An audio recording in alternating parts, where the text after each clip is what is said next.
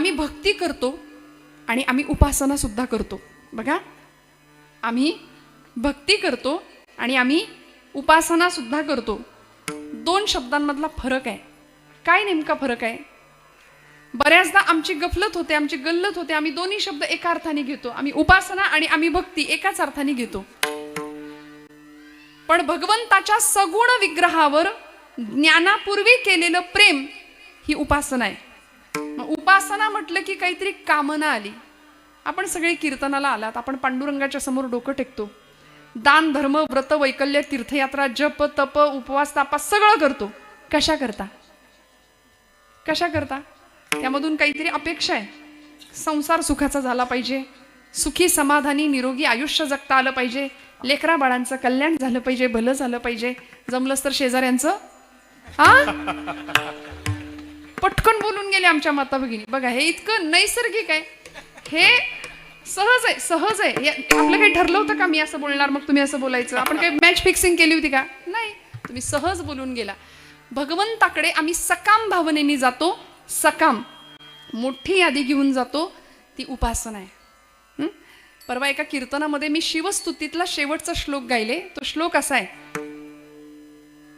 शास्त्राभ्यास नको, श्रुती पढू नको, तीर्थासी जाऊ नको, काळाचे भय मानसी धरू नको, दुष्टासी शंकू नको, योगाभ्यास नको, व्रते मख नको, तीर्थे तपेती नको, काळाचे भय मानसी धरू नको, दुष्टासी शंकू नको, ज्याची या स्मरणे पतित तरती, तो शंभू सोडू नको. विठ्ठल विठ्ठल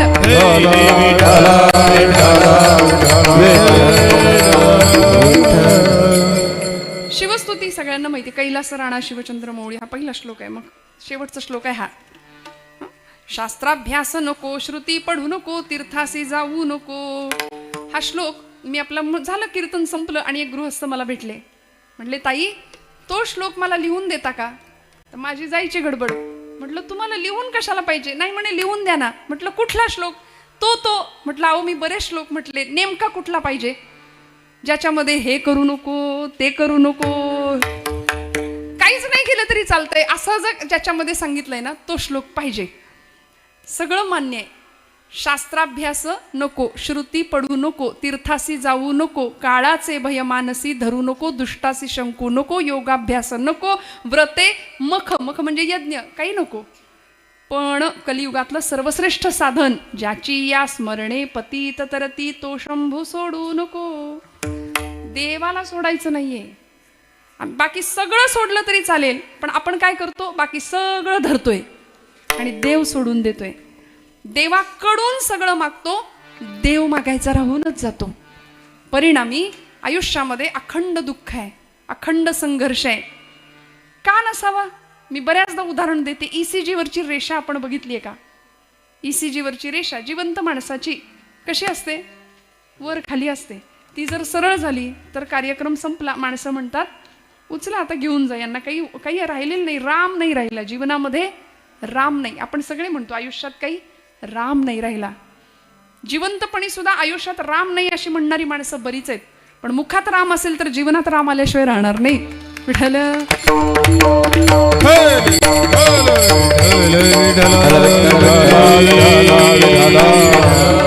मग भगवंताच्या प्रती असलेली सकाम भक्ती ती उपासना आहे बरं का. आणि दुसरा मार्ग आहे भक्तीचा. आपण म्हणतो उपासना आणि भक्ती. मी 2 शब्द सांगितले सुरुवातीला. त्यामध्ये भक्ती हा प्रकार असा आहे की भगवंताची मूर्ती समोर आहे. सुंदर पांडुरंग परमात्मा आहे, किंवा आपल्या आवडीचं इष्ट आराध्य दैवत आहे गणपती बाप्पा आहे, कृष्ण परमात्मा आहे, आज गुरुवारचा दिवस आहे, दत्त महाराज आहे, जो काही आपला इष्ट आराध्य दैवतेचा भाव आहे समोर. मग ती दगडाची मूर्ती नाही, ती पाषाणाची मूर्ती नाही, की ती केवळ धातूची मूर्ती नाही, मातीची मूर्ती नाही, तर त्या मूर्तीतलं चैतन्य आम्हाला ओळखता यावं.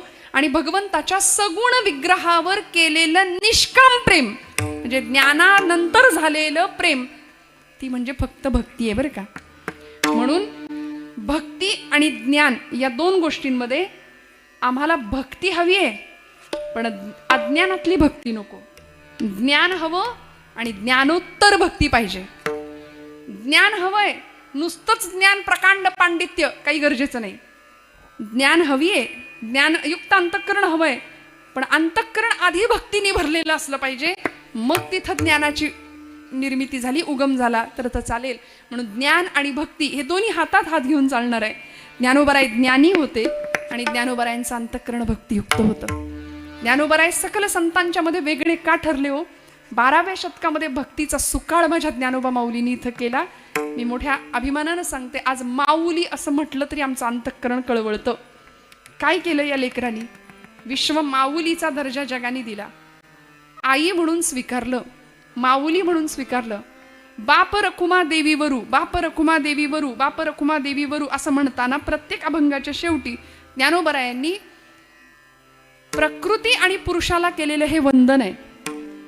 जगाचा बाप असलेला विठ्ठल परमात्मा आणि माझी रखुमाई आई आदिशक्ती, तिचा तो पती, तिचा तो वर, असा माझा तो बाप, बाप रखुमा देवीवरू श्री विठ्ठलू.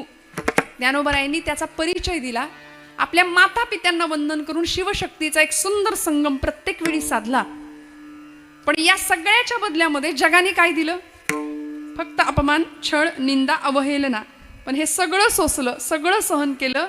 विश्वाचे आर्त माझ्या मनी प्रकाशले, अवघेची झाले देह ब्रह्म असं म्हणून प्रत्येक जीवित्वाच्या कल्याणाचाच विचार केला.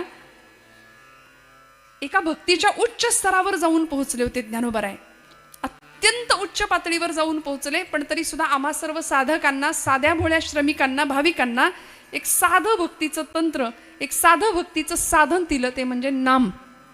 हरिमुखे म्हणा, हरिमुखे म्हणा, पुण्याची गणना कोण करी. झाली संध्या, संदेह माझा गेला.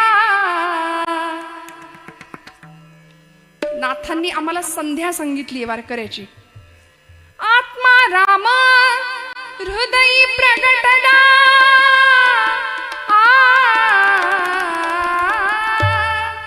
त्रिकाल संध्या सांगितली वारकऱ्यांची. रोज तिन्ही त्रिकाल आम्हाला हरिपाठ म्हणता यावा. एका हरिपाठासाठी ज्ञानोबरायांचे 1000 वेळा पाय पकडले तरी ते कमी ठरणार आहेत. हरिनामाचा उच्चार 108 वेळा माऊलींनी हरिपाठात करून घेतलाय. अखंड हरिनाम सप्ताह आहे आपला, अखंड. आज सप्ताहाचा मला वाटते कालची सेवा होती खरं तर आपली, पण काही कारणांनी आज मला आपल्या सगळ्यांच्या दर्शनाला येता आलं, त्यामुळे षष्ठम दिवस आजचा, 6व्या दिवशीची आजची कीर्तन सेवा. अखंड हरिनाम आहे, अखंड. तैल धारा व्रत अशी भक्ती, तेलाची धार जशी अखंड किंवा संतत धार जसा महादेवाच्या पिंडीवरती, शिवलिंगावरती अभिषेक पात्रातून होत असते, तशी भक्ती आमची अखंड झिरपली पाहिजे, अखंड. बरं ती कशी असावी? ती निष्काम असावी. ज्ञानोबरायांनी ती भक्ती केली.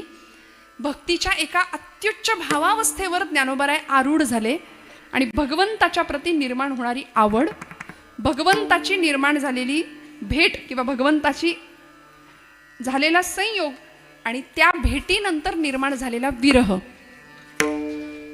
म्हणून तर प्रेमही मागितलं, भक्तीही मागितली आणि ज्ञानही मागितलं.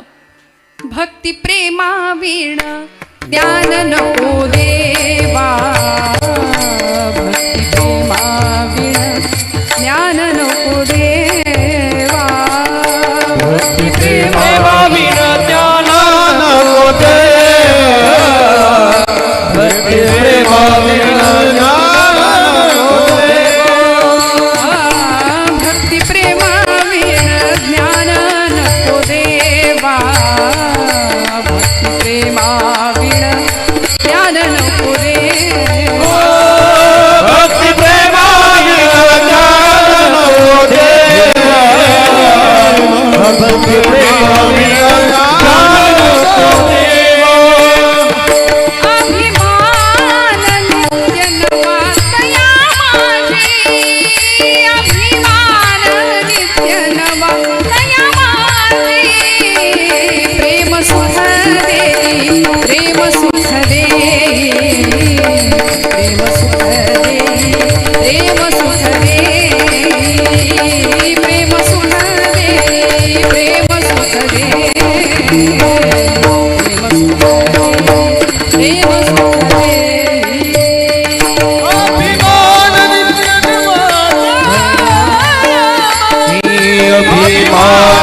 नित्य नवा दया मागे प्रेम सुख देई प्रेम सुख देई प्रेम सुख देई प्रेम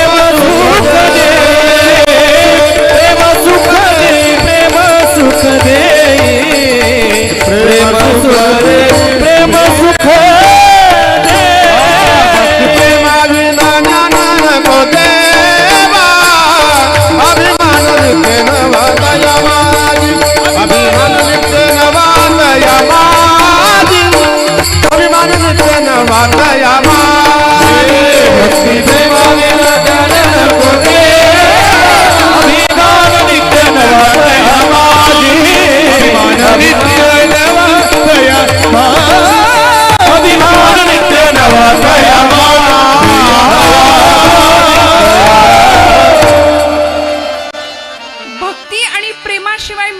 ज्ञान हे अहंकाराला घेऊन येतं आणि भक्ताच्या ठिकाणी अहंकार निर्माण झाला. मी कीर्तन ऐकलं, मी कीर्तन केलं, आम्ही कीर्तनात गायलो, आम्ही कीर्तनात वाजवलं, आम्ही एवढ्या लांबनं कीर्तनाला आलो, आपण कोण? तुका म्हणे तेथे नाही मी तू पणच तवावे ते कवण कवणा लागी. बोलवणारा तो, ऐकवणारा तो, इथं सगळं करणारा तोच आहे. तुमच्या माझ्या आतमध्ये चैतन्य रूपाने ती शक्ती स्थित आहे, तर इथं ऐकणारा कोण आणि बोलणारा कोण? सगळं काही तोच आहे. आणि मनात निर्माण झालेला अहंकार हा आमच्या सर्व नाशाला आणि दुःखाला कारण ठरतो. मी करता ऐसे म्हणसी तरी तू दुःखी होशी, श्रीराम करता म्हणता पावसी, यश कीर्ती प्रताप सगळं मिळेल. एक मी पण बाजूला सोडलं तर, हे आपल्या सगळ्यांना माहिती आहे, मी नव्याने नाही सांगत आहे मंडळी. देवाला सगळं चालेल, पण देवाला एका गोष्टीची ॲलर्जी आहे, ती म्हणजे दंभ, अहंकार. तिळभरी जरी होय अभिमान, मेरू पर्वताचा भार झाल्यासारखं ओझं देवाला होतं. भक्ताला झालेला तिळभर अभिमान देवाला त्याचा त्रास होतो. त्यामुळे अभिमान रहित जीवन, समर्पणाचं जीवन, आणि भक्तीमध्ये सुद्धा अहंता समर्पण, ममता समर्पण या सगळ्या भावना. बघा श्रीमद भागवत ग्रंथामध्ये आपल्याला नवविधा भक्ती सगळ्यांना माहिती आहेत. भक्त प्रल्हादांनी आपल्या पित्याला सांगितलेली, हिरण्यकश्यपूला सांगितलेली भक्ती आहे श्रवणम कीर्तनम विष्णू स्मरणम पादसेवनम अर्चनम वंदनम दास्यम सख्यम आत्मनिवेदनम. नवविधा भक्ती प्रकार आहेत. श्रवणाचा पहिला प्रकार सांगितलाय, भगवंताच्या जवळ जावं आणि काय ऐकावं. आता काय ऐकायचं आहे ज्याचा त्याचा प्रश्न आहे. आम्हाला देवाचं सोडून बाकी सगळं ऐकायला आवडतं, नाही का? कोण कुणाबद्दल काय बोलतंय ते तर फार आम्हाला इंटरेस्ट असतो गॉसिपिंगमध्ये. पण कशाला कुणाची निंदा करायची सांगा बरं. विठोबांना दफ्तरदार कराडाचे कवी, पंत कवी होऊन गेले. ते म्हणले दिवसभर आम्ही आमची जीभ लोकांची निंदा करण्याकरता अक्षरशः नाचवतो. मया नर्तिता लोक निंदा सुजिव्हा. देवाला क्षमा मागण्याचा एक मार्ग हरिनाम प्रक्षाळी जिव्हेते. भगवंताचं नाम आमची जीभ धुवून काढण्याचं काम करतं. म्हणून काय ऐकायचं? श्रवण देवाचे करावे, भगवंताच्या कथा कीर्तन, मग गुणसंकीर्तन, नामसंकीर्तन, लीला संकीर्तन जे आपण करतोय आता. श्रवण भक्तीच्या माध्यमातून अत्यंत सुंदर असा जीवनाचा परिपाठ किंवा भगवंताच्या जवळ जाता येतं. म्हणून भक्तीचा पहिला प्रकार सांगितलाय श्रवण कीर्तनम. कलियुगातलं सर्वश्रेष्ठ भक्तीचं साधन कीर्तयति इति कीर्तनम. कीर्तन चांग होय अंग हरिरूप. परिणती काय आहे? इथं आल्यानंतर काय काय मिळणार आहे बघा ना तुम्ही. इथं आल्यानंतर माणसाचा देव व्हायला सुरुवात होते. या धर्ममंडपामध्ये आपण बसलो की आपोआप आपला हृदय गाभारा बनतं आणि तिथं पांडुरंग येतो. होय अंग हरिरूप. ब्रह्मीभूत काय होत से कीर्तन, ब्रह्मीभूत काय होत से ब्रह्मीभूत काय होत से कीर्तन, ब्रह्मीभूत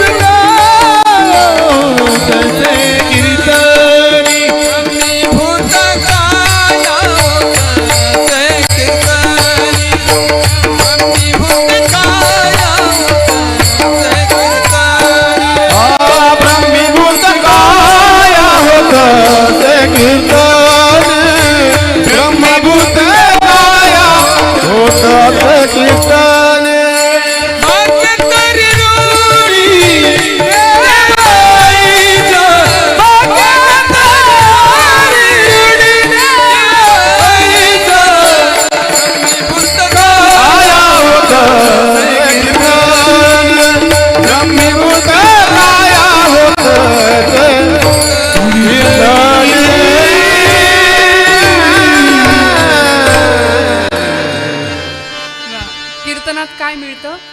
शरीर ब्रह्मतत्वापर्यंत जातं. ब्रह्मीभूत काया होत तसे कीर्तनी भाग्य तरी ऋणी देवाईसा. महाराज म्हणाले एखाद्या समाधी सुखामध्ये विराजमान होणाऱ्या योग्याला विचारा काय सुख आहे. महाराज म्हणतात समाधीचं सुख सुद्धा आम्ही ओवाळून टाकतो, असं कीर्तनाचं सुख आहे. समाधीचे सुख सांडा ओवाळूनी. इतका आनंद फक्त कीर्तन रसामध्ये, फक्त कीर्तन भक्तीमध्ये. म्हणून म्हटलं आपल्या सगळ्यांचं भाग्य आहे इथं येऊन भगवंताचं श्रवण आम्ही करतोय. अर्जुनाने 18 अध्यायी गीतेचं श्रवण केलं, परिणाम झाला, जीवन परिवर्तन झालं. सुरुवातीला कर्तव्य परान्मुख कर्तव्य विन्मुख असलेला अर्जुन भगवंतांना सांगितलं मध्ये रथ घे देवा. मध्ये रथ आल्याबरोबर आपलेच आप्तेष्ट समोर दिसतात आणि भगवान म्हणतायत, अर्जुन म्हणतो देवा मी लढू शकत नाही, माझे हातपाय गळून गेले, आता माझ्या घशाला गोरड पडली, माझीच माणसं समोर आहेत, आपली माणसं समोर आहेत, मग मी यांच्याशी कसा लढू सांग. भगवंत म्हणाले आपली आहेत तर मग समोर का उभी आहेत? आपली आहेत तर आपल्या बाजूला पाहिजेत ना. हे धर्म आणि अधर्माचं युद्ध आहे. अर्जुना तुला कळत नाही म्हणून 18 अध्यायी गीतेचा प्रपंच करायला लागला अर्जुनासाठी. अर्जुनाचं निमित्त झालं, खरं तर तो सगळा आपल्यासाठीच आहे. पण भगवद्गीता आपण हातात घेत नाही, अवघड वाटते. गीता हे सुवर्ण आहे आणि मग या सोन्यावर ज्ञानोबरायांनी चढवला किंवा अलंकार. ज्ञानराज माझी योग्यांची माऊली, ज्ञानराज माझी योग्यांची माऊली, ज्ञानराज माझी योगाची माऊली, ज्ञानराज माझी योगाची माऊली. जेणे निगमावली प्रकट केली, जेणे निगमावली प्रकट केली, गीता अलंकार नाम ज्ञानेश्वरी, गीता अलंकार नाम ज्ञानेश्वरी. जेणे निगमावले प्रगट केले, जेणे निगमावले प्रगट केले, गीता अलंकार नामज्ञानेश्वरी, गीता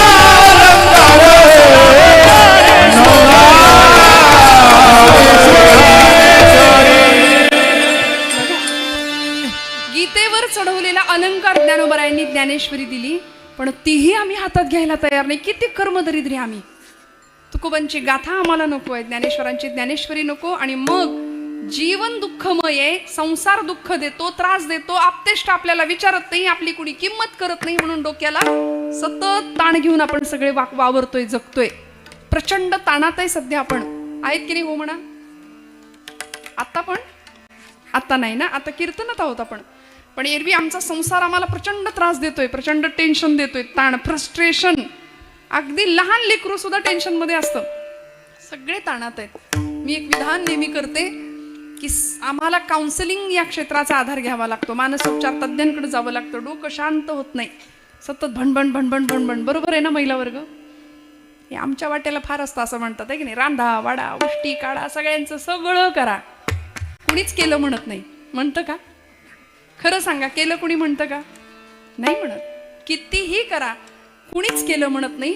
पण माझे ब्रह्मचैतन्य महाराज म्हणतात प्रपंचासाठी किती करा कुणी केलं म्हणणार नाही, माझ्या रामासाठी थोडं करा, तो लक्षात ठेवेल, तो लक्षात ठेवेल. पण आमचं दुर्दैव असं आहे, संतांनी आम्हाला सगळं दिलंय. करतळी आवळे तैसा हरी, इतकं सोपं करून परमार्थ दिला. पण तरी सुद्धा ब्रह्मचैतन्य गोंदवलेकर महाराज आपल्या सातारचे संत आहेत. महाराज बसले की त्यांना भेटायला लोक यायचे. आपल्यासारखी साधी भोळी प्रापंचिक मंडळी जीवनातल्या सगळ्या कटकटी तिथं घेऊन आपण जातो. संतांकडे आपण जातो कशाला? एवढ्या करताच जातो. संतांकडं मुक्तीचं दान मागण्याकरता जावं खरं, पण आपण तिथं जाऊन पण आपला प्रपंचच तिथं नेतो आणि रडत बसतो. महाराज खंत करायचे की अरे, म्हणायचे बाबांनो, मी इथं हिरे माणकं रत्न मोती विकायला बसलोय, मी तुम्हाला वाटायला बसलोय आणि माझ्याकडे येणारं सगळं गिराईक हिंगजिऱ्याचं आहे. सगळे ते हिंगजिरी मोरी एवढंच घ्यायला येत आहेत. आम्ही विनाकारण रडत बसतो की नाही, विनाकारण कुठल्याही गोष्टीला. म्हणजे आम्ही बऱ्याचदा नकारात्मकतेकडे आमचं जीवन जातं. ज्ञानोबरायांकडे थोडं बघा ना. समाजाने अतोनात हाल केले, संन्याशाची पोरं म्हणून विटंबना केली. तुम्ही जगता कशाला रे? तुम्हाला जगण्याचा सुद्धा अधिकार नाही म्हणून कायम छळ आणि अपमान झाला. पण तरी सुद्धा विश्वात्मक भगवंताकडे विश्वाचं कल्याणच मागितलं, जे खळांची व्यंकटी सांडो. ब्रह्मचैतन्य महाराजांच्या चरित्रातली गोष्ट आहे. महाराज त्या गोंदवल्यामध्ये एक ज्योतिषी आले होते बरं का. आता माझा त्या शास्त्राला विरोध नाही, ते शास्त्र आहे, पण तरी सुद्धा आपण बऱ्याचदा एखाद्या गोष्टीचा आहारी जातो.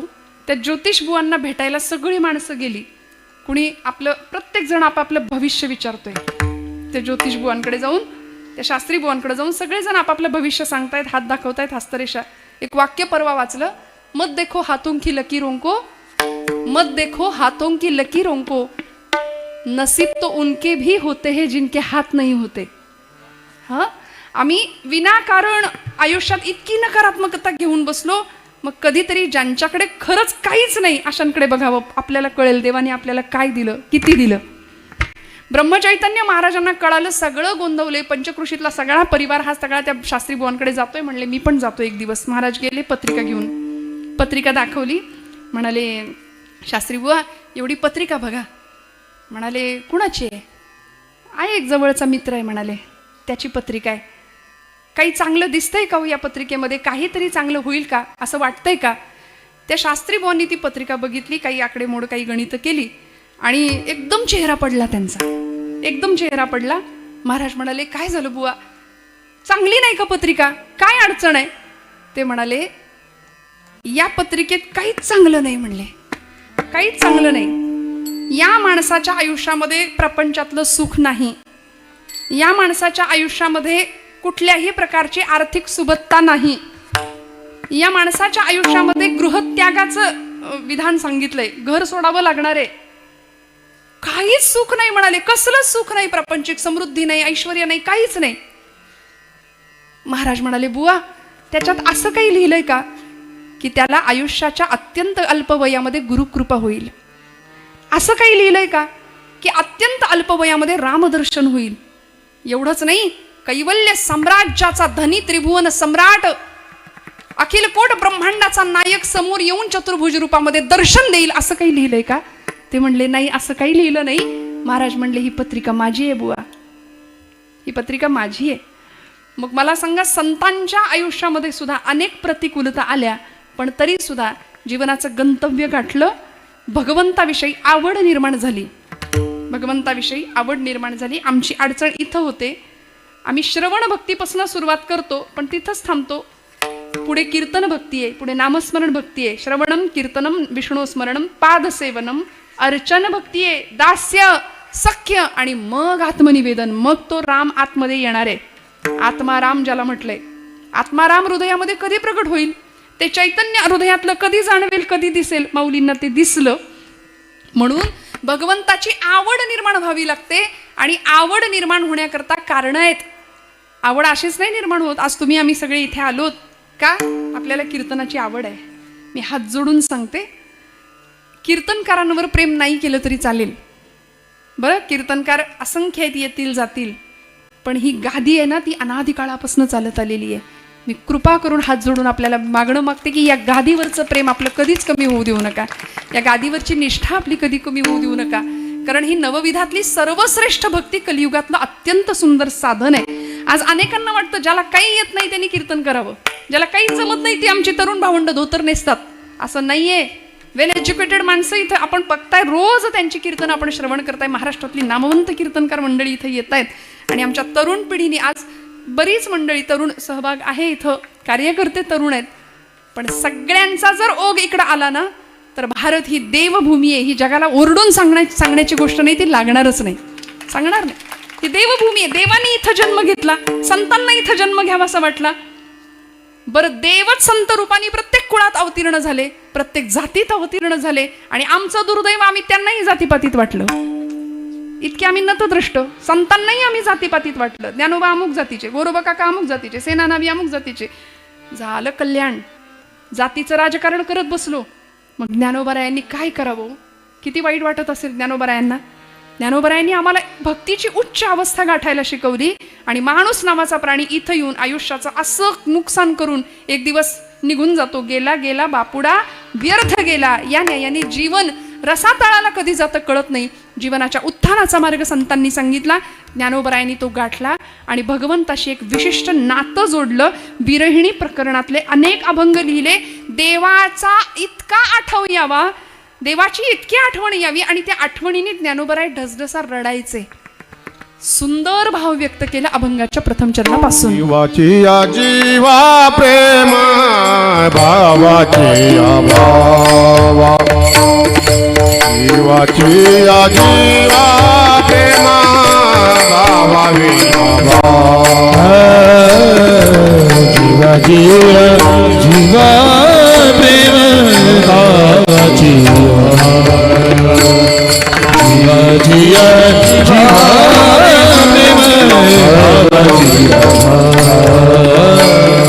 जीवाची या जीवा प्रेम भावाची या जीवाची या जीवा प्रेम भावाची जीवाची जीवा प्रेम भावाची जीवाची जीवा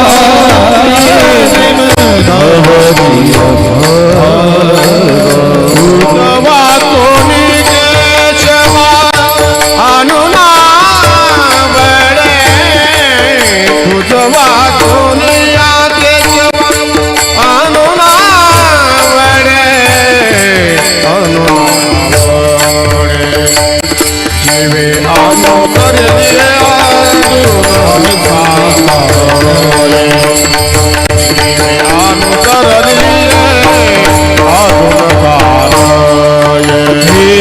तुझे बाजुनी केशवा अनुनावडे, तुझे बाजुनी केशवा अनुनावडे, अनुनावडे जीवे अनुसरणे जीवे अनुसरणे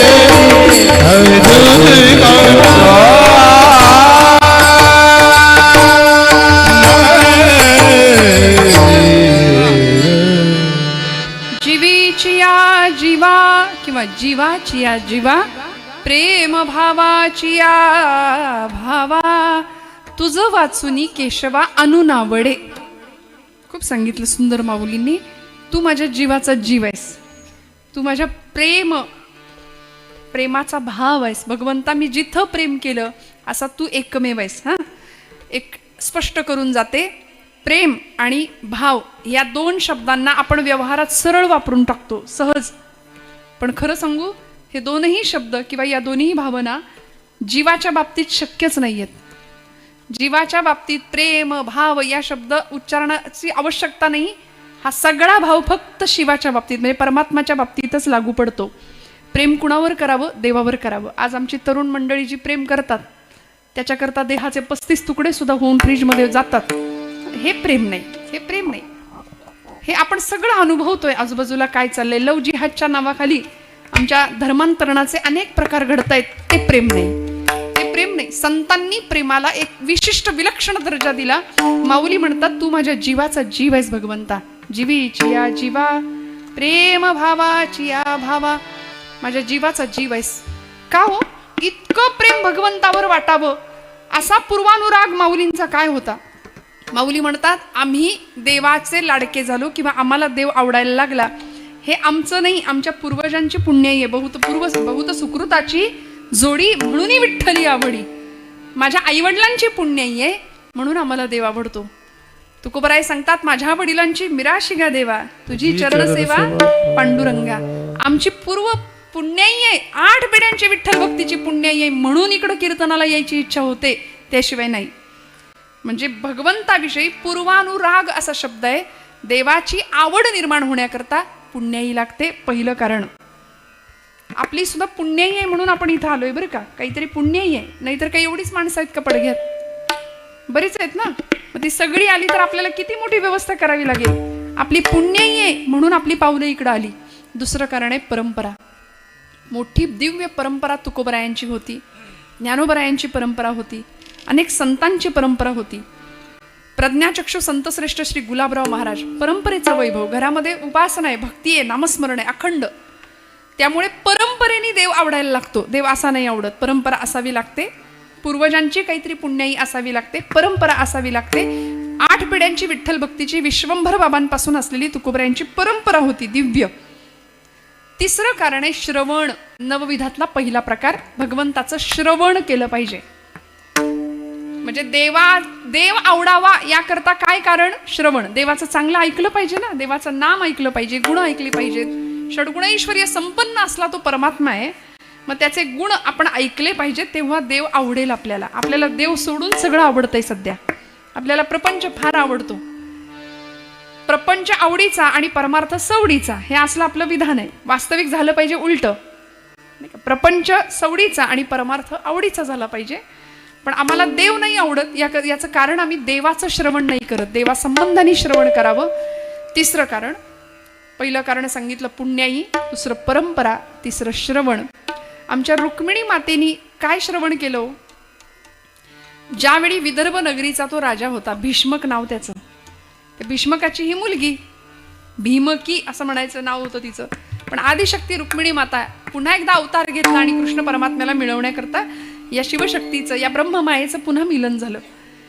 भीष्मकाच्या दरबारामध्ये राजा बसलेला आहे, शेजारी रुक्मिणी आईसाहेब बसलेले आहेत. सगळा दरबार भरलेला आहे आणि राजाच्या डोक्यावर किंवा चेहऱ्यावरती चिंतेची रेष दिसली. त्या दरबारामध्ये एक भाट आला होता, स्तुती पाठक कीर्तिनामा नावाचा एक भाट आला आणि त्यांनी राजाला विचारलं, राजेसाहेब कसली चिंता लागली आहे तुम्हाला? तेव्हा भीष्मक राजा म्हणाला, माझ्या चिंतेचं कारण हे माझ्या शेजारी बसले म्हणले. कोण बसलं होतं? रुक्मिणी माता बसली होती. अजून लग्न व्हायचंय, विवाह व्हायचंय, म्हणून पित्याला लागलेली काळजी.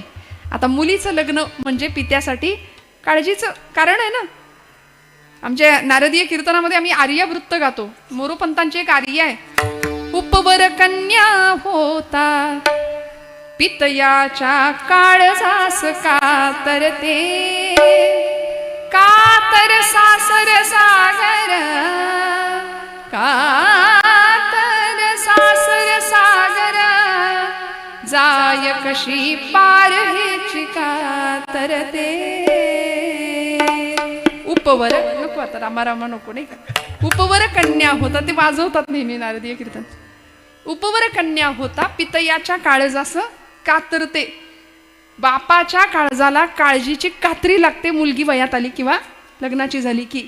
आणि पूर्वीचा काळ होता 8 वर्षात भवेत कन्या. 8 वर्षाची मुलगी झाली की ती विवाहाला उपवर झाली. आता 8 दुने 8 त्रिक 8 चोक 8 जाऊ दे का पुढे, अजून काही त्याला आता बंधन राहिलेलं नाहीये. पण आपली शास्त्र परंपरा आहे, कन्या उपवर झाली की आपल्या पित्याच्या हृदयाला काळजीची कात्री लागते की कसं होईल, तिचं काय होईल. आणि ते नातं इतकं छान आहे मुलीचं आणि बापाचं, पित्याचं. ज्यांना मुली आहेत त्यांना माहिती आहे. हा, आताची मुलगी कायद्याचा आधार घेते म्हणा, नाही का, ती सुद्धा कायद्याचं संरक्षण घेते, पण हरकत नाही. पण ते नातं भाव पातळीवर आहे. त्यामुळे भीष्मक राजाला चिंता लागली होती, माझ्या बाळाचं कसं होईल, कारण इतकी रूपसंपन्न आहे, गुणसंपन्न आहे. त्यामुळे असा आर्यावर्तामध्ये एकही मुलगा किंवा असं स्थळ तिला मिळेना, कसं व्हायचं हिचं, म्हणून चिंता लागलेली. तेव्हा तो भाट आला आणि राजाची चिंता ऐकून घेतली आणि म्हणाला, राजेसाहेब कसली चिंता करताय? रतीलाही, म्हणजे रतीपेक्षा सुंदर असलेली तुमची ती रुक्मिणी, पण तुमची रुक्मिणी ज्याच्यावर ओवाळून टाकावी असा मदनाचा पुतळा बघून आलोय आत्ताच. राजस सुकुमार मदनाचा पुतळा, राजस सुकुमार मदनाचा पुतळा, राजस सुकुमार मदनाचा पुतळा, राजस सुकुमार मदनाचा पुतळा.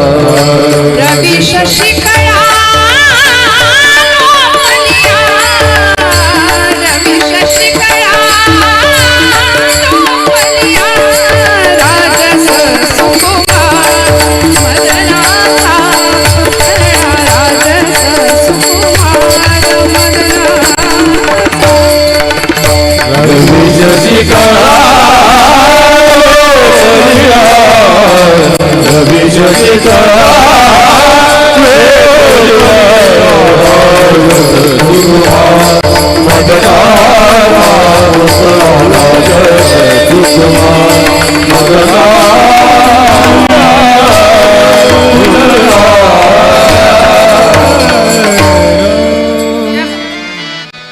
इतका सुंदर आहे भगवंत, इतका सुंदर आहे चंद्राहुनी शीतल रविहुनी सोज्वळ तेणे मज केवळ वेधियेले. किती गोड आहे भगवंत. भगवंताचं रूप गुण कीर्ती वर्णन करता करता करता तो भाट समाधी लागली त्याचं वर्णन करता करता, आणि ते वर्णन ऐकता ऐकता रुक्मिणीची समाधी लागली. मग तिची ती अवस्था पाहिली आणि विवाह निश्चित झाला. पण तिने एक पत्र लिहिलं होतं देवाला. श्रीमद भागवत महापुराण ग्रंथामध्ये ते पत्र उपस्थित आहे. 7 श्लोकांचं पत्र आहे. त्यातला पहिला श्लोक आहे, श्रुत्वा गुणान भुवन सुंदर शृण्वतांते निर्विश्य कर्ण विवरैर हरतोंग तापम रूपम दृशाम दृशिमताम अखिलार्थलाभम त्वय्यच्युता विशती चित्तम पत्रपम मे. श्रुत्वा गुणान, तुझे गुण मी श्रवण केलेत देवा. तुम्ही कसे आहात, त्रिभुवनात सुंदर आहात, हे मी पाहिलं नाही, मी फक्त ऐकलंय.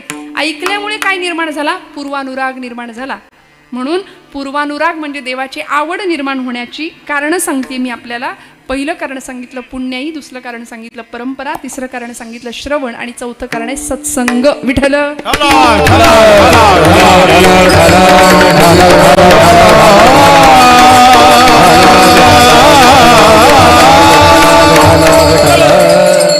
देव आवडला पाहिजे.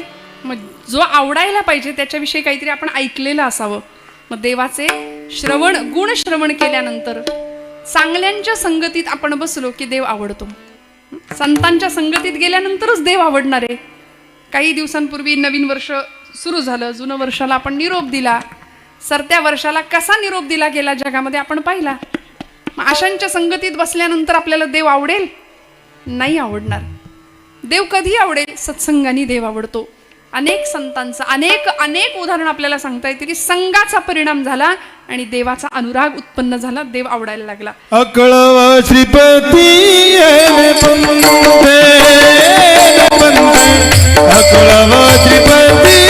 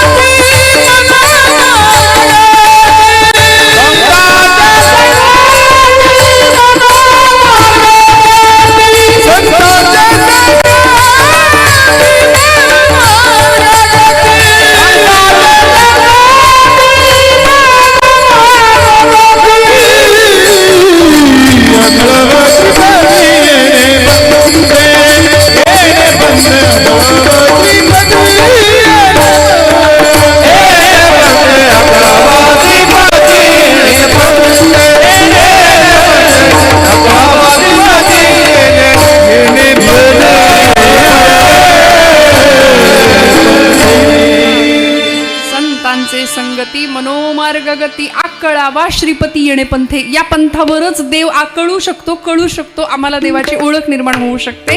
याकरता देवाची आवड निर्माण होणं. त्यानंतर काय परिस्थिती आहे बघा. पहिला टप्पा देवाची आवड, दुसरा टप्पा आहे भेट, मिलन. देवाला भेटले संत, कडकडून आलिंगन द्यावं. पंढरीश पांडुरंग परमात्म्याला नामदेव महाराज पांडुरंगाला कडकडून आलिंगन द्यायचे. ज्ञानोबर आहे. मिलनाची अवस्था आहे. देव भेटल्यानंतर होणारा आनंद वेगळा आहे. आणि त्यानंतर भक्तीचा तिसरा टप्पा जो सगळ्यात श्रेष्ठ आहे, जो भाव ज्ञानोबरायांनी या अभंगात व्यक्त केलाय, तो म्हणजे विरह. म्हणजे भेटल्यानंतर जेवढं प्रेम उत्कट अवस्थेला पोहोचत नाही ते विरहात पोहोचतं. म्हणून व्यवहारातला विरह नाही, प्रपंचातला विरह नाही, देवाचा आणि भक्ताचा विषय आहे. तो विरह संतांनी व्यक्त केला. विरहिणी, विराणी, वीरराणी अनेक शब्दांनी या अभंग प्रकाराला उच्चारलं गेलं. वीरराणी का हो म्हणाले? कारण आपला प्रपंच चालू आहे, प्रपंच आहे. गोपींचा प्रपंच होता गोकुळात, सगळं होतं, सासू सासरे नवरा सगळी कर्तव्य चालू होती. पण देवावर निस्सीम प्रेम होतं. प्रपंच आहे पण तरी सुद्धा माझ्या प्रपंचातली कर्तव्य कर्म पूर्ण करत असताना देवा माझं तुझ्यावर प्रेम आहे. हा अत्यंत सुंदर असा भाव. म्हणजे सगळं बाजूला आणि तू फक्त माझा. आपण काय म्हणतो? मुलगा माझा, घर माझं, शेती माझी, परिवार माझा, बंगला माझा, गाडी माझी. तसा देवा तू पण माझा. पण असं नाही. मीराबाईंना विचारा. मीराबाई म्हणतात, मेरे तो गिरीधर गोपाल दुसरा न कोई. हे म्हणायला धाडस लागतं, हे म्हणायला शौर्य लागतं की त्याच्याशिवाय माझं दुसरं कुणी नाही. म्हणून नामदेव महाराज रडायचे. आसुवे दाटाली उभारो आसुवे दाटाली उभारो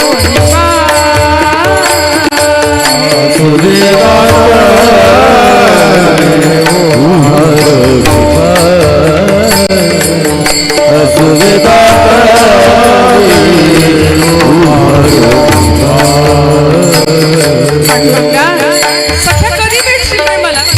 रात्रंदिवस नामदेव महाराजांनी वाट पाहावी. पांडुरंग येत नाही, पांडुरंग जेवत नाही म्हणून डोळ्यात घळघळ अश्रुधारा व्हाव्या. आपण रडलो का देवासाठी? कधी नाही. आपण आपल्या पोरासाठी रडलो, आपण आपल्या सुनेसाठी रडलो, प्रपंचासाठी रडलो, पण देवासाठी रडणं याला विरह म्हणतात. आसुवे दाटाली उभारो दिवाळे, आसुवे दाटाली उभारो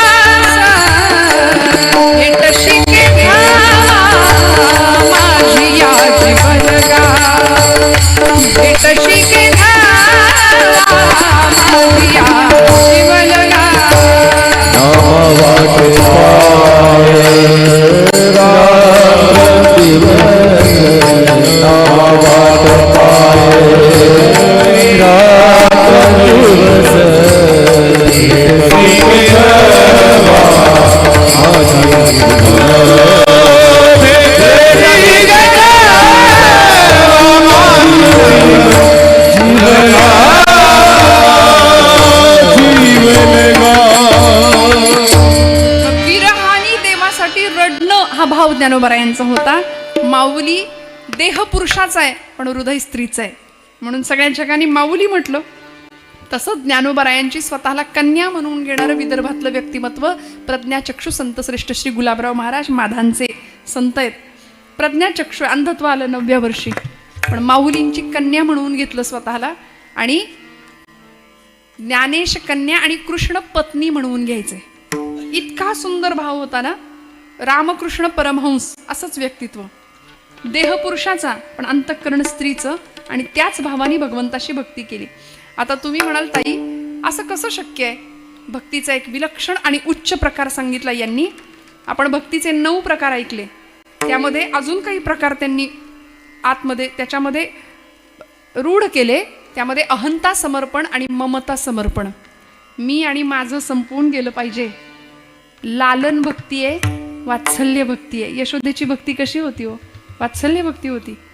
म्हणून तर ज्या दिवशी गोकुळ सोडून भगवंत निघाले ना, त्यानंतर भगवंत मथुरेत राहिले, मग द्वारका स्थापन झाली, द्वारकेत राहिले.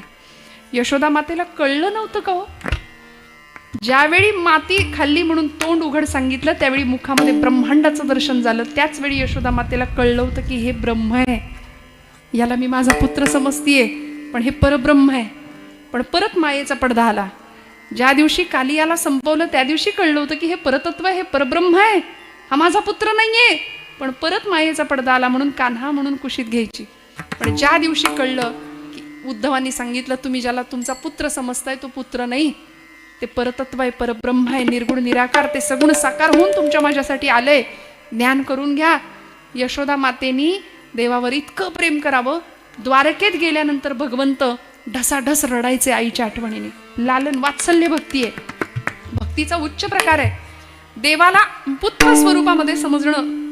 किती प्रेम करावं यशोदा मातेनी. यशोदा माता सांगायची, निरोप पाठवायची उद्धवाबरोबर की माझ्या कृष्णाला सांगा द्वारकेमध्ये सगळ्या राजश ऐश्वर्यामध्ये तू आहेस, नोकर दास दासी सगळे तुझ्या सेवेला हजर आहेत, 16,108 नायिकांचा तू पती आहेस, तुला काय कमी आहे, सगळी सुख आहेत. पण कधीतरी कधीतरी कृष्ण परमात्म्या मला तुझी आई नाही होता आलं, पण पण तुझी दाई म्हणून तिथं कामाला काही गरज लागली तर मला बोलावशील का रे? तिथं काही झाडलोट करायला, काही केरवारे करायला, काही काम करायला एखादी बाई कमी असेल तर मला बोलावशील का?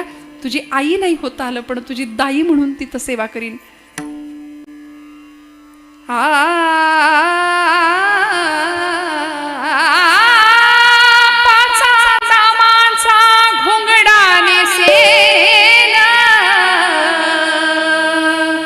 उरली मूठ मी ते जेविन गे बाये, कामारी कामारी कामारी भुवन, कामारी कामारी कामारी हमारे हमारे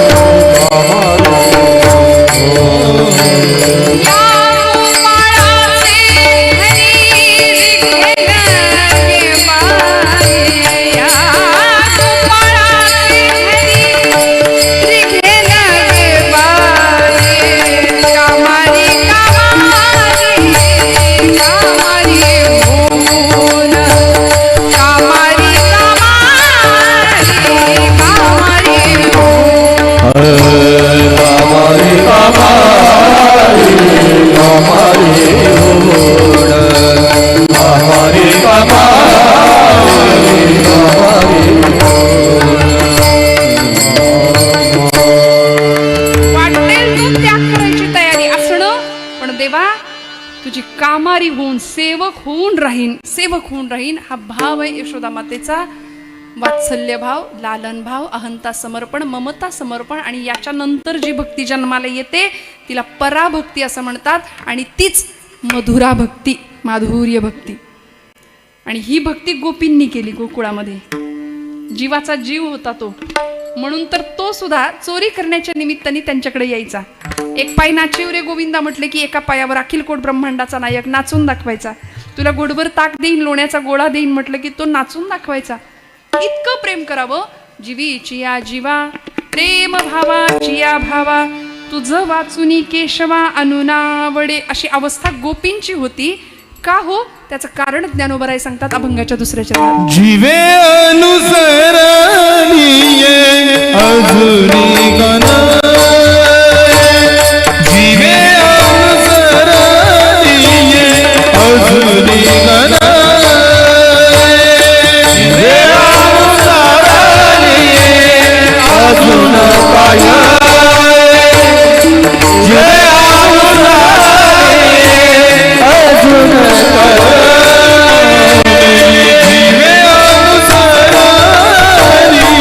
अजुनी कोण जीवे अनुसरणीये अजुनी कोण, जीवे अनुसरणीये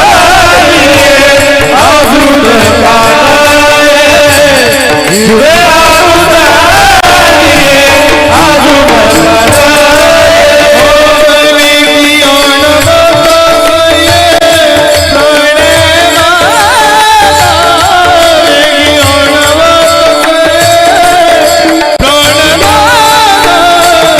जीवे अनुसरणीये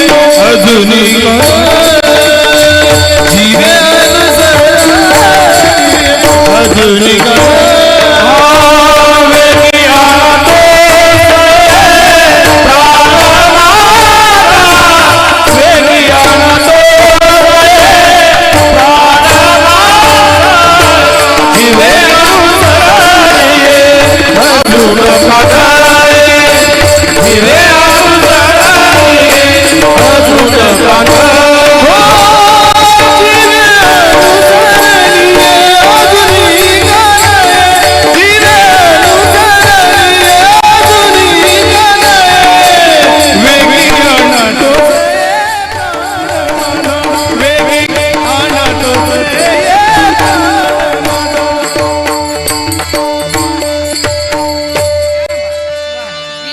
सरलिये अजुनिका नये, वेगी आणावा तोस ये प्राणू माझा. अवस्था विलक्षण आहे. देवर्षी नारदांनी भक्तिसूत्र लिहिला, भक्तिसूत्र नावाचा ग्रंथ लिहिला. 84 भक्तीची सूत्र त्याच्यामध्ये लिहिली आणि देवावर प्रेम कसं असावं त्याचं उदाहरण सांगताना श्रेष्ठ उदाहरण सांगितलं. यथाव्रज गोपिकानाम, गोकुळातल्या गोपींचं जसं देवावर प्रेम होतं तसं आमचं प्रेम असलं पाहिजे आणि आपण सगळे आता राधा भावातच असलो पाहिजे. म्हणून म्हणाल मधुरा भक्ती कशी आहे, आपण सगळे आता प्रकृती स्वरूपच आहोत बरं का. एकटं परब्रह्म आहे, पुरुष एकटाच आहे तो देव आणि आपण सगळे प्रकृती आहोत. त्यामुळे इथं पुरुष देहामध्ये जरी असली मंडळी तरी सुद्धा अंतःकरणामध्ये स्त्री भाव म्हणून अर्धनारी नटेश्वराची पूजा आहे आपल्याकडे. त्यामुळे तो वल्लभा मी कांतू हा ज्ञानोबरायांचा भाव आहे की मी तुझी पत्नी आहे. या भावामध्ये रामकृष्ण परमहंसांनी सुद्धा राधा भावात जाऊन भक्ती केली आणि हिलाच मधुरा भक्ती असं म्हटलं. अत्युच्च भावाची अवस्था, गोपींचा भाव, मीरेचा भाव परमात्म्याप्रती सुंदर होता. ऐसे लागी लगन मीरा हो गई मगन अशी अवस्था. त्यामुळं विष जरी प्यायला दिलं ना, राणाने विष दिया मानो अमृत पिया. ही अवस्था भगवंताच्या भेटी करता होणारी भेट. तुकोबराय म्हणतात भेटी लागी जीवा लागलीसे असं. इतकी सुंदर विरहाची सुंदर ओढ निर्माण व्हावी, देव भेटावा आणि भेटल्यानंतर परत निघून जावा आणि मग निर्माण होणारी विरह अवस्था, ती अजून उच्च अवस्था, ती विरहिणी ज्ञानोबराय सांगतात. जीवे अनुसरली ये अजूनी का न ये वेगी आणावा तोस ये प्राणू माझा.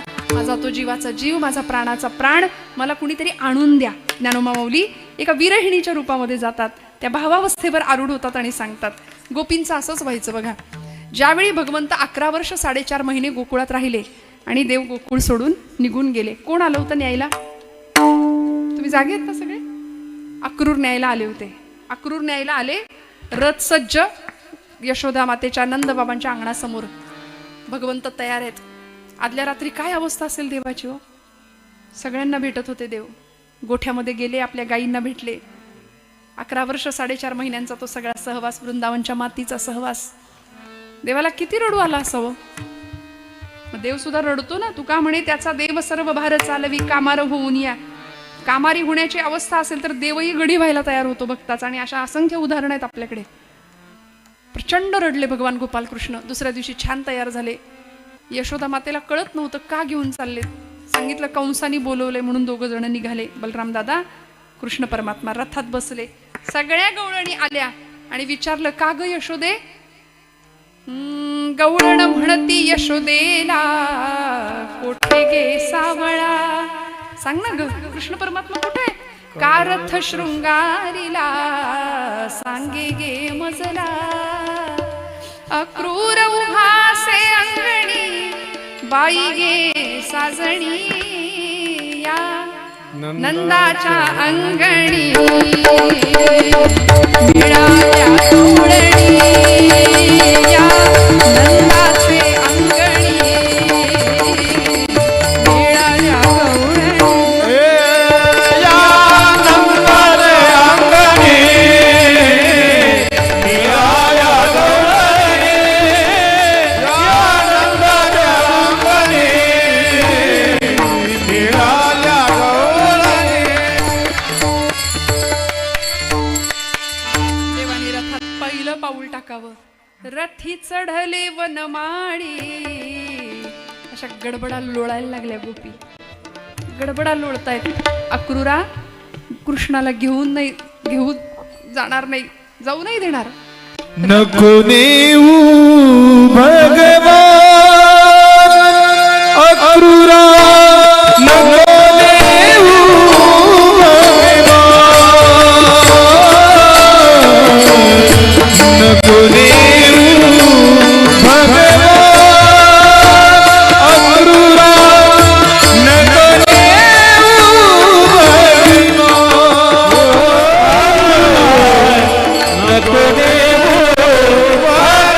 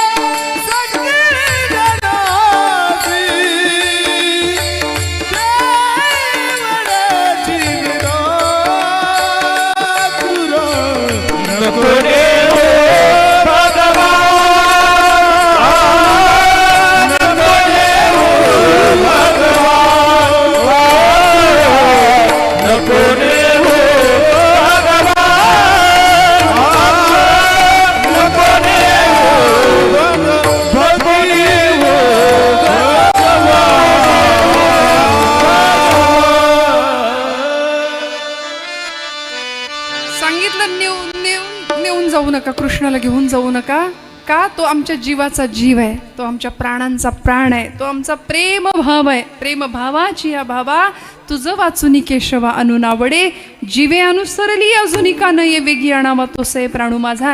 या अवस्थेला, या विरहाच्या अत्युच्च अवस्थेला पोहोचलेल्या गवळणी. पण ज्यावेळी भगवंत निघून गेले, काय अवस्था झाली गोकुळवासियांची. नयनीच्या उदकाने भिजली धरणी, आनंदाचे अंगणी. सगळी माती भिजून जावी गोकुळची. पण इतकं प्रेम भगवंतावर करावं, निघून गेल्यानंतर सुद्धा त्याच्या स्मृती गोकुळामध्ये जिवंत आहेत. आमचा देव फक्त कामापुरता असतो. म्हणून मी सुरुवात मगाशी म्हटलं, सकाम भक्ती. आम्ही भक्तीच्या प्रांतात फार लबाड आहे. आम्ही मिशनपेक्षा कमिशनला जास्त महत्व देतो, नाही का. भक्ती अशी असावी जी निष्काम भक्ती आहे, संतांची भक्ती. काहीच नको. महाराजांना मागता आलं असतं की पांडुरंगाचा समोर उभा होता, महाराज म्हणले आम्ही सदैव सुडके, बरे झाले देवा निघाले दिवाळे. प्रापंचिक ऐश्वर्य नाही मागितलं, पण पारमार्थिक ऐश्वर्याचे धनी झाले आमचे संत मंडळी. पारमार्थिक ऐश्वर्य. आज आम्हाला सगळी सुबत्ता आहे, पण परमार्थाच्या बाबतीत आम्ही का बरं दरिद्री ठरतो. याचं कारण असं की संतांच्या वाटेवरनं चालण्याची इच्छा नाही. असली इच्छा तरी त्या इच्छेनी, तितिक्षेनी, दृढतेनी ती मार्गक्रमण आम्ही करायला तयार नाही. ज्ञानोबराय अशा अवस्थेला पोहोचले आणि एका विरहिणीच्या भावामध्ये जाऊन जणू गवळणीचा भाव सांगतायत. गोपींनी असं म्हणतात, भागवतामध्ये वर्णन आहे, तिथं कात्यायनीचं व्रत केलं होतं भगवंताला पती स्वरूपामध्ये समजण्याकरता, पती स्वरूपात मिळावा म्हणून. आणि त्या व्रतावर प्रसन्न होऊन भगवंत त्यांना भेटले सुद्धा. शरद पौर्णिमेच्या रात्री कदंब वृक्षाच्या खाली भगवंत बासरी घेऊन बासरी वाजवायचे. वृंदावनामध्ये बासरीचा मंजूळ स्वर आणि वंशी असंच तिचं नाव, ती आकर्षून घ्यायची. सगळ्या गोपी यायच्या. आता इथं गोपी काही देहानी येत नव्हत्या. याबद्दल फार गैरसमज आहेत बघा आमच्यामध्ये. आम्ही ते नवरात्रीला काही गरबा खेळतो, ती म्हणे रासक्रीडाच आहे, देवानी खेळलेली. असलं काही नाहीये. ती रासक्रीडा म्हणजे काही कामक्रीडा नव्हती हो. जीवात्म्याचं शिवात्म्याशी मिलन होतं. भगवंतांना भेटायला काही गवळणी घर सोडून आल्या नव्हत्या. तो जीवात्मा होता, भगवंताच्या भेटीकरता व्याकुळ झालेला. आम्ही सगळे जीव आहोत, त्या शिवाची ओढ आम्हाला लागावी हे कीर्तनाचं उद्दिष्ट आहे. ब्रह्मीभूत काय आपण प्रमाण ऐकलं. इथं आल्यानंतर देव हृदयात आला पाहिजे, ही इथली गरज आहे, इथली आवश्यकता आहे. नाही तर मग 1.5-2 तास फक्त श्रवण करायचं आणि इथंच ठेवून निघून जायचं, हा परिणाम नाहीये कीर्तनाचा. त्यामुळे जेणेकरूनही मूर्ती ठसावी अंतरी श्री हरीची, हे प्रमाण नाथ महाराजांनी का दिलं कीर्तनाचं. त्याचं उद्दिष्ट म्हणजे कीर्तनकार आणि श्रोता सगळ्यांच्या माध्यमातून हेच घडावं की देव हृदयात यावा, हे उद्दिष्ट आहे. भक्ती हे बेसमेंट आहे. भक्ती हे बेसमेंट आहे. त्यामुळे या सगळ्या गवळणींनी हे व्रत करावं, देवाला पती स्वरूपात प्राप्त करावं. आणि देव कदंब वृक्षाच्या त्या झाडाखाली, कदंब वृक्षाखाली बासरी वाजवतोय. त्या बासरीकडे पाहिलं आणि गोपींनी तिला सुद्धा प्रश्न विचारला, बाई गो, आम्ही त्याला मिळवण्याकरता एवढे तडफडतो, पण तुझं भाग्य किती, तू थेट भगवंताच्या इतक्या जवळ, आधाराजवळ जाऊन पोहोचलीस. तुझं भाग्य तरी केवढं मोठं. ती बासरी सांगते, देवाचा जवळ जाण्याकरता सहज नाहीये ती वाट. देव इतक्या सहज आकळत नाही. देव जर मिळायचं असेल ना तर त्याकरता काय करावं लागतं. ती बासरी म्हणते, मी आतून बाहेरून स्वतःला सोलून घेतलं, आतून पोकळ झाले, बाहेरून सोलून घेतलं, प्रचंड वेदना सहन केल्या, तरी सुद्धा देव जवळ करेना. म्हणून स्वतःच्या सर्वांगाला 6 छिद्र पाडून घेतली. काम, क्रोध, मोह, लोभ, मद, मत्सर या 6 छिद्रांमधून जेव्हा संपूर्ण अंतःकरण रिकाम झालं, निर्विकल्प झालं, तेव्हा भगवंतांनी जवळ केलं. विठ्ठल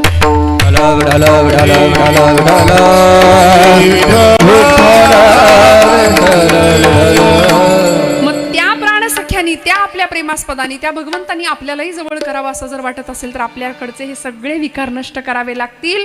आणि त्या बासरीने किती सुंदर परिवर्तन घडवावं. गोपी धावत यायच्या, कसली जीवाला भूल पडे, कसली जीवाला भूल पडे, जीवाला भूल पडे, जीवाला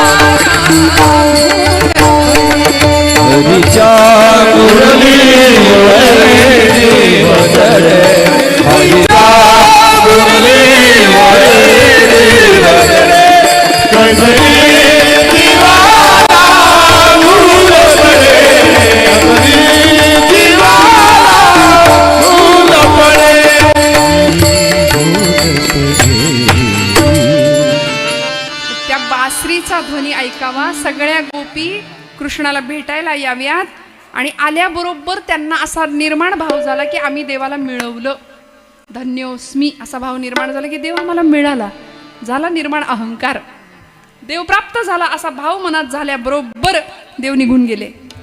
आणि मग भक्तीची शेवटची अवस्था विरह, पूर्वानुराग, मिलनाची अवस्था आणि विरहाची अवस्था. देव निघून गेले. देव निघून गेल्यानंतर आता परत तो भेटावा याकरता पुन्हा एकदा तळमळ, पुन्हा एकदा रडणं, पुन्हा एकदा आर्तता.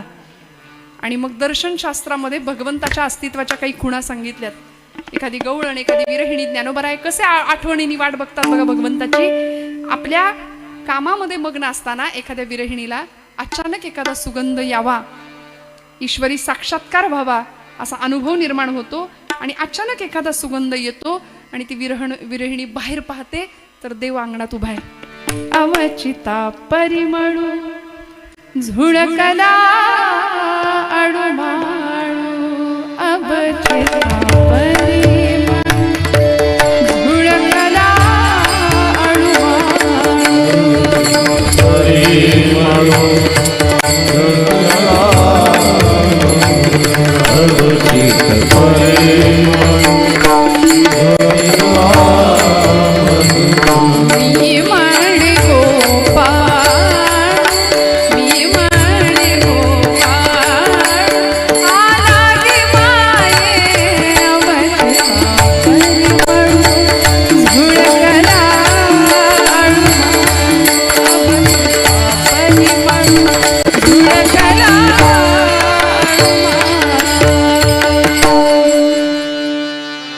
चाचरती चाचरती बाहेरी निघाले.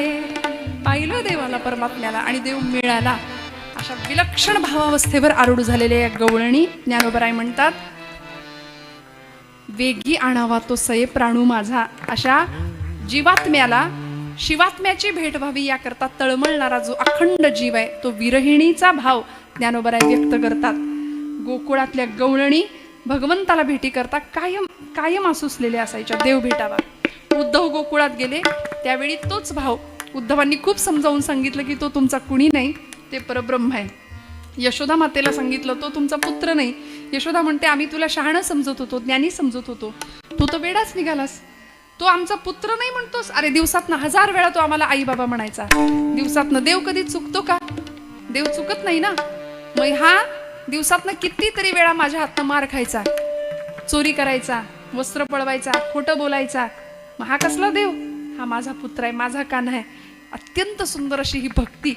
म्हणून या भक्तीची फलश्रुती काय झाली हो, तिकडं द्वारकेत देव आहेत आणि देवाला करबेना, देवाला रडू यायला लागलं, आठवण यायला लागली देवाला.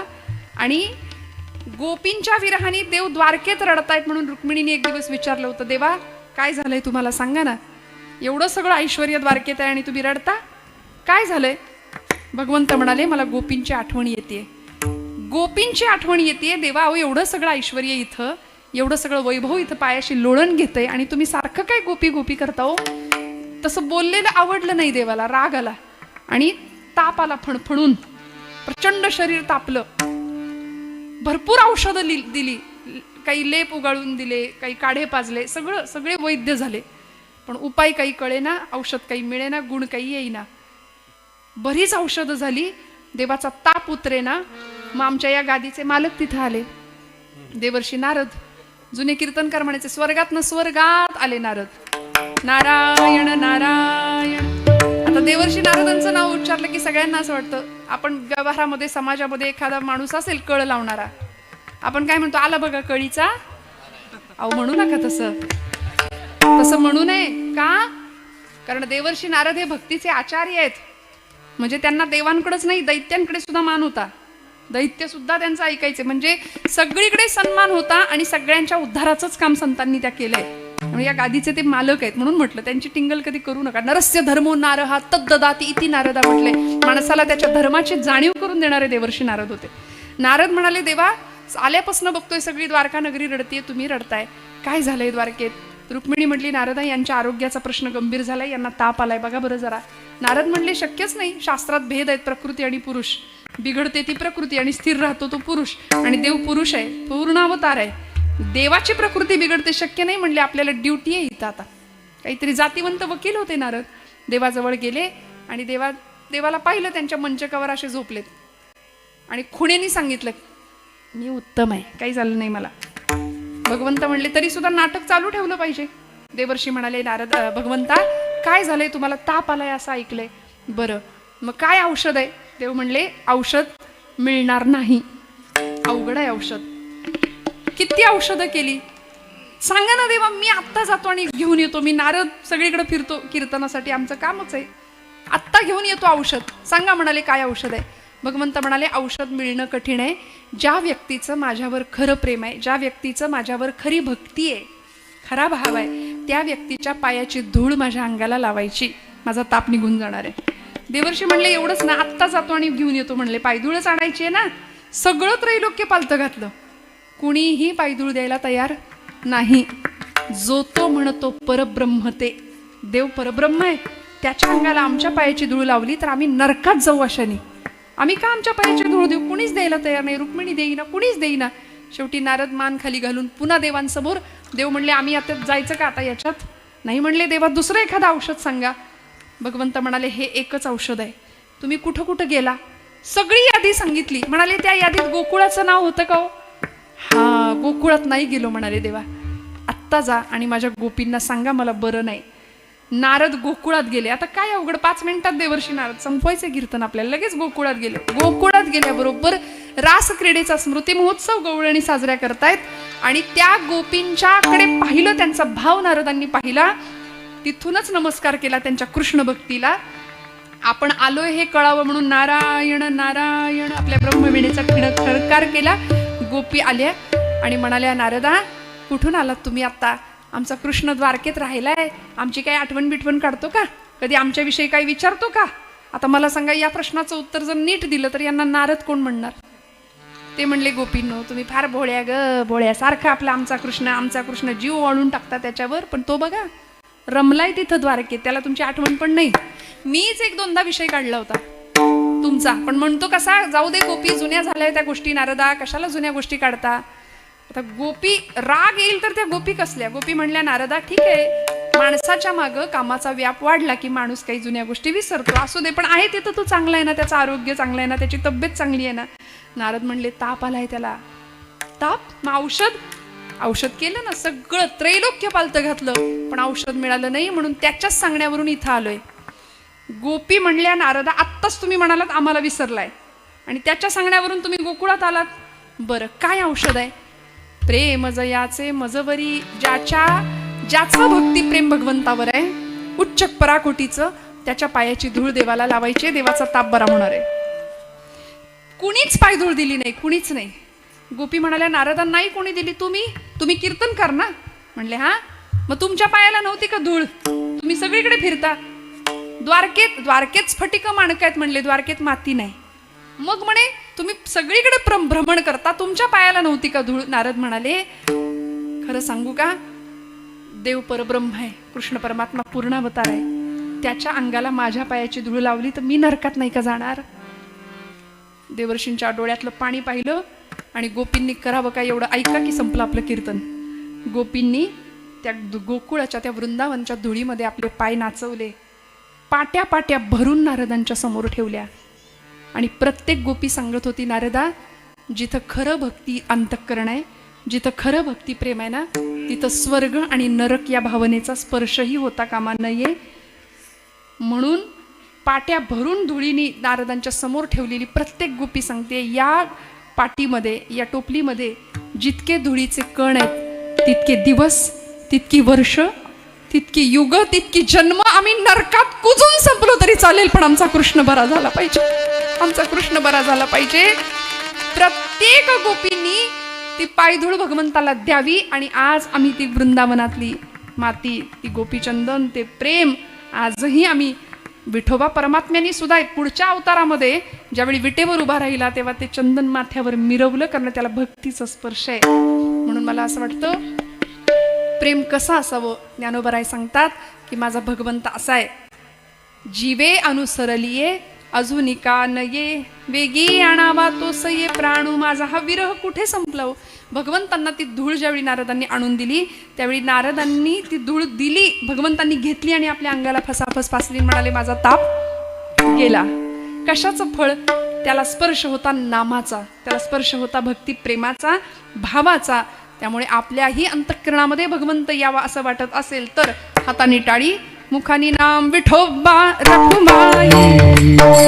विठोबा रखुमाई, विठोबा रखुमाई, विठोबा रखुमाई, विठोबा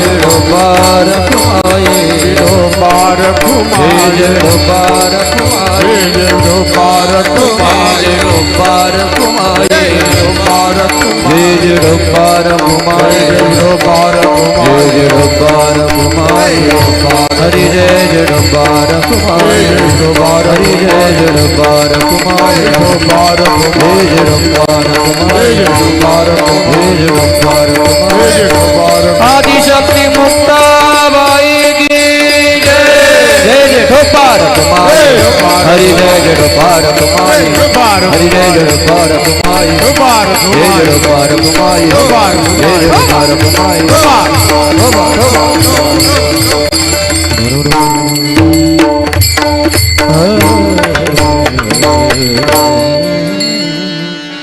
जीवीची या जीवा प्रेम भावाची या भावा, तुझ वाचुनी केशवा अनुनावडे.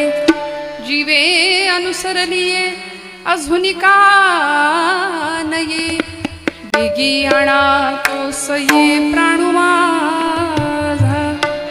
भगवंताशी आपलं सख्य जुळायचं असेल, प्रेम निर्माण व्हायचं असेल तर त्याच्याशी कुठल्या ना कुठल्या नात्याने दृढ झालं पाहिजे, त्याच्याशी नातं जोडलं गेलं असलं पाहिजे.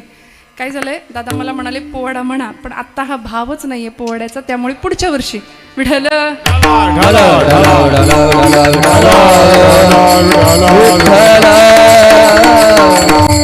म्हणजे मी त्यांची क्षमा मागते. खरं गेल्या वर्षी म्हटलं असेल, पण आपला हा भाव पूर्ण आता वेगळा आहे, त्यामुळे इथे आता पोवाडा नको असं मनापासून वाटतंय. एकदा खणखणीत टाळी वाजवायची, मुखानी भजन करायचं, गोड भजन सांगते, सगळ्यांनी म्हणा विठ्ठल विठ्ठल विठ्ठल विठ्ठल. बोला टाळी टाळी, हातवर सगळ्यांचा आवाज द्या. विठ्ठल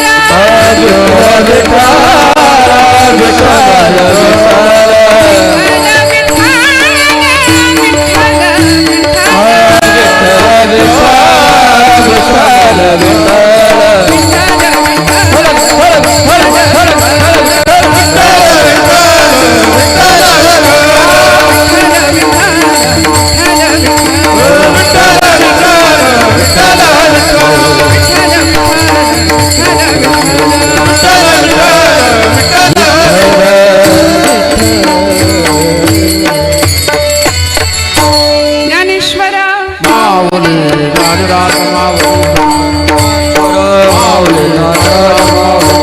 ज्ञानेश्वर जय जय ज्ञानेश्वर.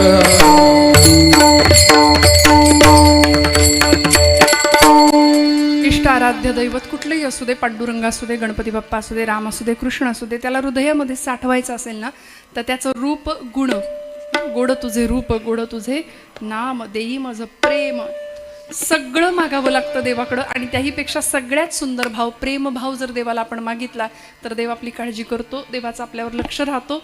ज्ञानोबराय शेवटच्या चरणामध्ये त्याचं रूप वर्णन करतात आणि त्याचं गुणही वर्णन करतात.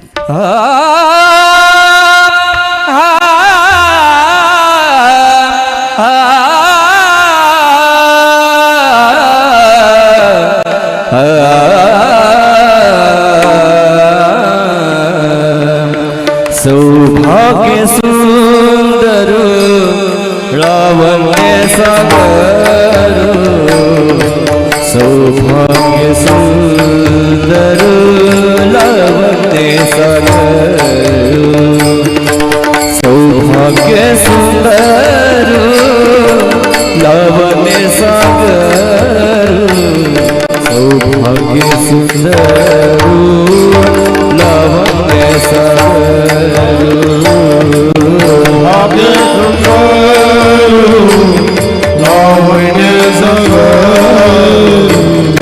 सौभाग्य सुंदर लावण्य सागर, सौभाग्य सुंदर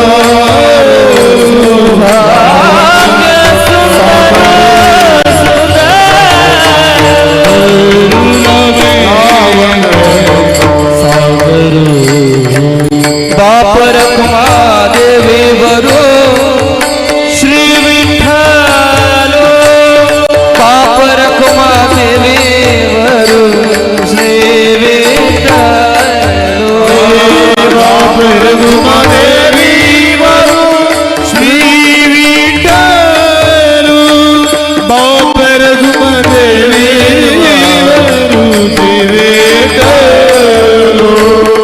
बाप